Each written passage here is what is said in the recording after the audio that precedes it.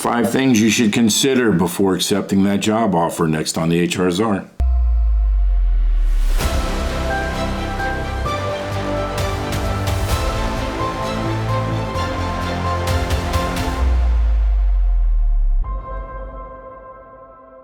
There are 5 things that you need to consider before accepting a job offer. I know you're excited. This is cool. They like me. I like them. Wow, this is really cool. You don't want to regret it later. So check off these 5 boxes first. The first one, make sure that in your offer letter, it states that you're going to get at least an annual review, if not more, maybe a 6-month, a 3-month, and then an annual, but that you get reviewed. Make sure that at least one of those reviews is for a merit increase. Many companies put in the job offer letter that you will get a review after 90 days and again after 1 year. The thing they don't tell you is you get a review, but you get no more money because they didn't use the word merit review or merit increase. So the company, you go back, you've been there for a year, the company says, okay, we're going to review you. Out of 5, you got a 3.8. Really good. Keep up the good work. And then you're like, thank you so much. How much am I going to get? Oh, you're not getting any money. Well, that's my review. Yeah, we just gave you your review like we said in the offer letter. Yeah, but where's my money? We didn't say you're going to get money. We just said you were going to get a review. People get that confused. Ask them when they make the offer, just say, is this offer or is this review for merit increase in 1 year or 90 days, whatever they put? Is this for merit increase? And they're like, oh yeah, sure. That we review everybody annually, and generally we give 3%, but it depends on your performance. You may get 0, it just depends on your performance, but you do get a merit increase at that time. Would you mind putting that in the offer letter? Negotiate. You must negotiate. If not, they're just going to give you a blanket Kinko's form that just says you get a review. That doesn't mean you get an increase.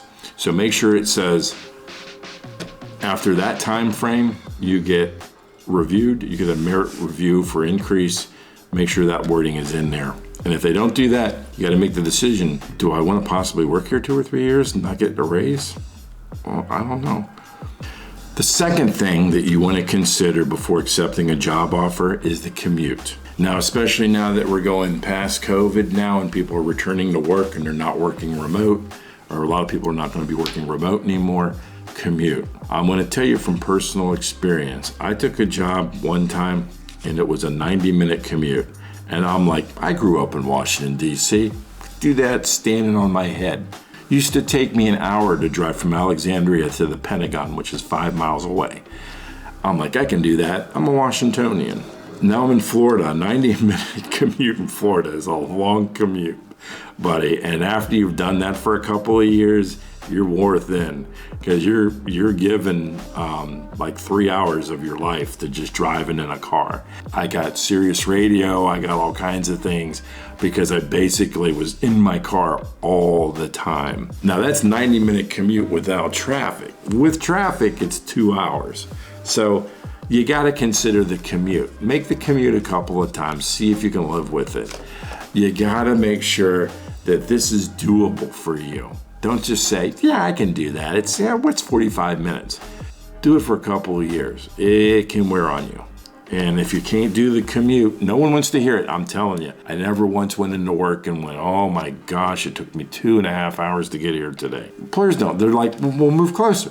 Why is it my fault you live out where you live? Job's here. We made you the offer. You said you could do the commute. Employers don't care. So make sure the commute is workable for you, and only you know. Some people will drive 5 miles and think that they've driven all day. Other people will drive 2 hours, no problem. Make sure the commute's good for you. The third thing that you need to consider before accepting a job is relocation. If your job involves relocation, which many do, a lot of companies pay for the relo, but a lot of companies pay for the relocation in different ways. I used to use a company called Serva. They're the largest company in terms of relocations. I used to relocate between 200 and 300 families a year for a large Fortune 50 company. And we paid in different tiers. One was a complete move. You got a moving van.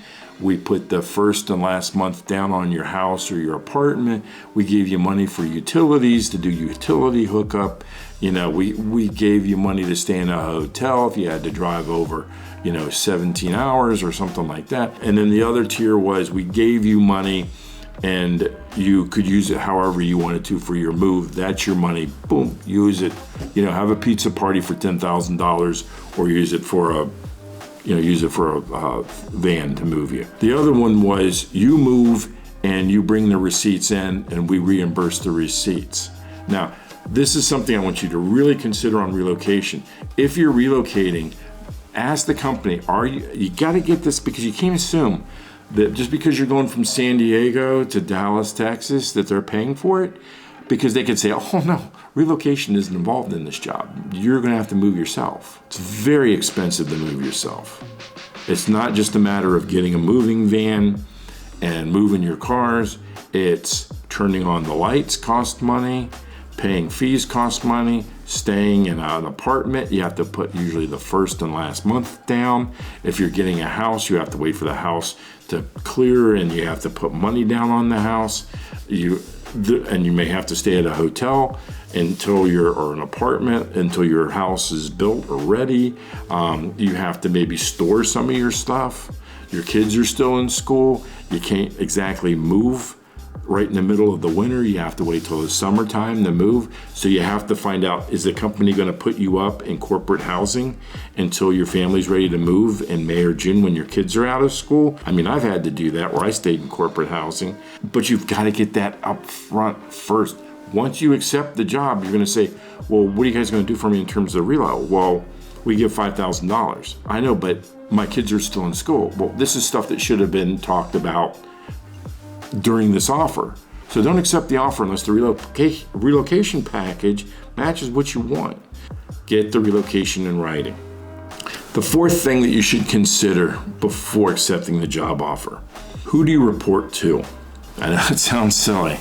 Most people leave their job because of the people that they work with. Not because of the money, not because of the benefits, not because of the growth opportunities, none of the little fancy dancy things that you hear.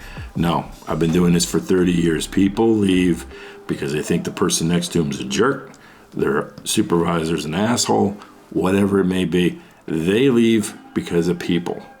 You have to be interviewed or at least have a sit down with the person you're going to report to see if you have chemistry. Some companies don't do that. I'll give you an example of one that's no longer in business, so I can use their name. Circuit City. Circuit City in Richmond used to give a couple of personality tests. You met with this person and that person, then you met with a panel. It was the biggest clusterfuck known to man, which is why they're no longer in business. You interviewed with dozens of people. You spent the whole day in Richmond. You know who you did interview with? The guy that you were going to report to. So when you got out to your store in Fairlington, Montana, and you meet Ted, and Ted's like the biggest jerk you ever met, and you guys get together like oil and water, you're stuck with Ted. He's yours. He's your supervisor. You accepted the job and you never met the guy that you were going to report to. And people say, well, that's silly.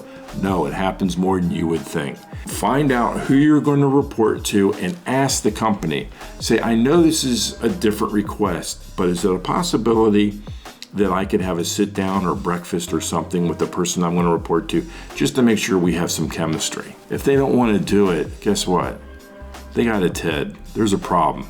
You're not meeting that guy for a reason. So you have to make sure that you meet with the person you're going to report to. You don't want to sit there and say, I'll be fine. Everybody I've interviewed has been with so nice. HR people tend to be gregarious, nice, outgoing, extroverts. HR people are there to do one thing: sell you on the job. Sell you on the job. Once they got you, boom, they closed the deal, they got you. Now you're out with the manager who you've never met and you don't like. One more thing. If you're going to report to multiple people, that's a video at another time. Be very careful of that. There is nothing worse than having multiple people that you report to. I've reported myself to 4 different presidents within an organization, 4 different vice presidents within an organization. I reported to the president, but the VPs for each division were on my level. And we had a reportability where I was reporting to them at first. We changed it real quick because this one wanted me to be in Texas, this one wanted me to be in Vermont, this one wanted me to be in Idaho. I couldn't satisfy 4 people. You can't do it. So I just reported to the president. Multiple reports is a recipe for disaster. Be careful. If you're into that, fine, then accept the job. But if you're like, oh my gosh, I report to 3 different people, it's going to be kind of rough. So get that taken care of before you accept the offer. Who do I report to and how many people do I report to? All right, the 5th and final thing for you to consider before you accept a brand new job. Does that company match your personality? Some companies are very suit and tie. You must wear a tie. I worked for one company where we were only allowed to wear white shirts, no colored shirts, dark suits, no grays or whites or anything like that. Had to be navy blue, black. You had to wear either a red solid tie or a yellow solid tie. No prints, no anything. You had to have cap toe or similar type of shoe. You had to have socks that matched, obviously, your dark suit, so only black and navy blue socks. They were very distinct in what you could and could not wear. When I went out to the field, I had to wear the suit. If I was in Arizona in 120-degree weather, I had to wear the suit. If I was in Miami, Florida, I had to wear the suit. Some people, they're not suit people. I know it sounds simple, it's a dress thing, but it was a very conservative company.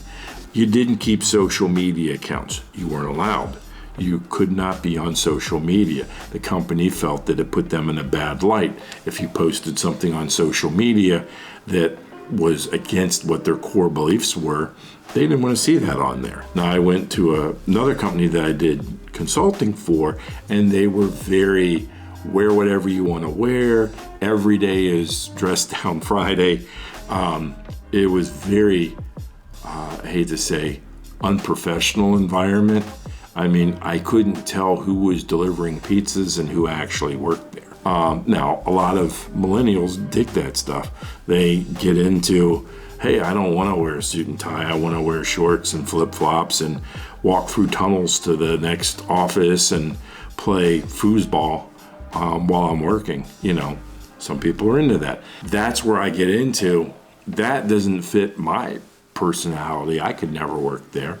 As a full-time employee, I can consult, but it doesn't match my personality. Make sure it matches your personality, because they're not going to try to remake you. They're going to want you to assimilate into what they do. If they're a suit and tie company, if they're very conservative, they're going to want you to be that way too. If they're more of a laid-back company, they're going to want you to be that. This is a funny story.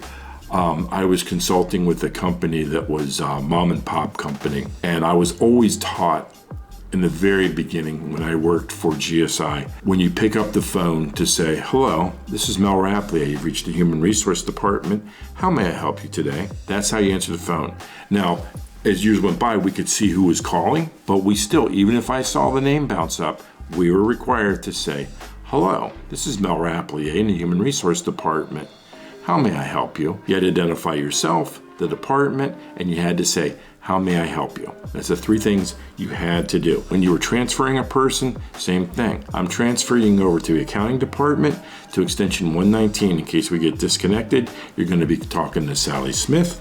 All right, you're going to hear a small click and you're going to be transferred over. I did this and the owner comes up, and again, it's a mom and pop company, and he goes, oh, I really wish you wouldn't answer the phone that way. Really bothersome. And I'm like, well, answer the phone what way? Your name and the department, and can I help you?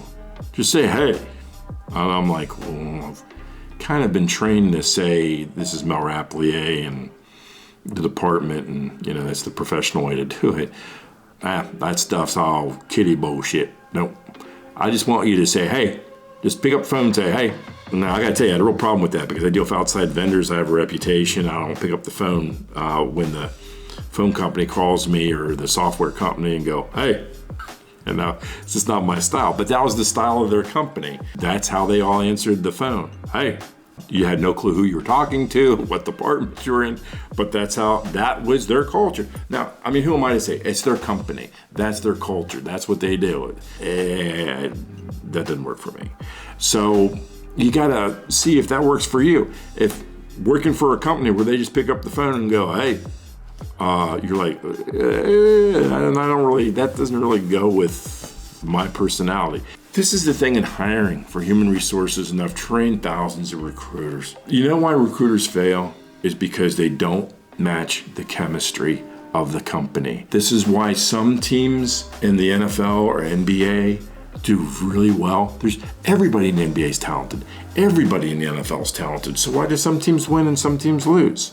It's chemistry. It's pure chemistry. I know you can do that job. You can be a financial advisor. You either can or you can't. You either have the certifications to do it or you don't have the certifications to do it. Nobody's questioning whether you can do the job. Do you match the personality of the company? If your company is very professional, answers the phone, hello, how are you doing? You've reached Mel Hey, I'm in the human resource department. How may I help you today?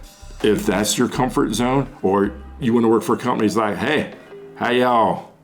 What do you want? You know, some people are fine with that. They're like, I don't want to go through all that fancy stuff that Mel just said. I just want to say, hey, it's chemistry. When you're getting offered the job, make sure you fit the personality. Don't be so excited you're getting the job that you turn off the fact that you're very an A person and they're very B, because you won't be there very long. And the excitement will run off really quick. Before accepting that job, make sure you get these things taken care of. Make sure you have them in writing, or make sure you have a clear understanding of when your review is going to happen, who you're going to report to, what relocation is going to be like, what the commute's going to be like, do I fit the personality of the company? All these things, make sure that you have them either fine in your brain that you understand this is what's going to happen before you accept it, or it's down in writing before you accept the job. You don't want to just accept the job to be accepting the job. You want to make sure that this is a long-term thing. So follow these tips and you're going to have a great career with that company. Hey, how y'all? What do you want?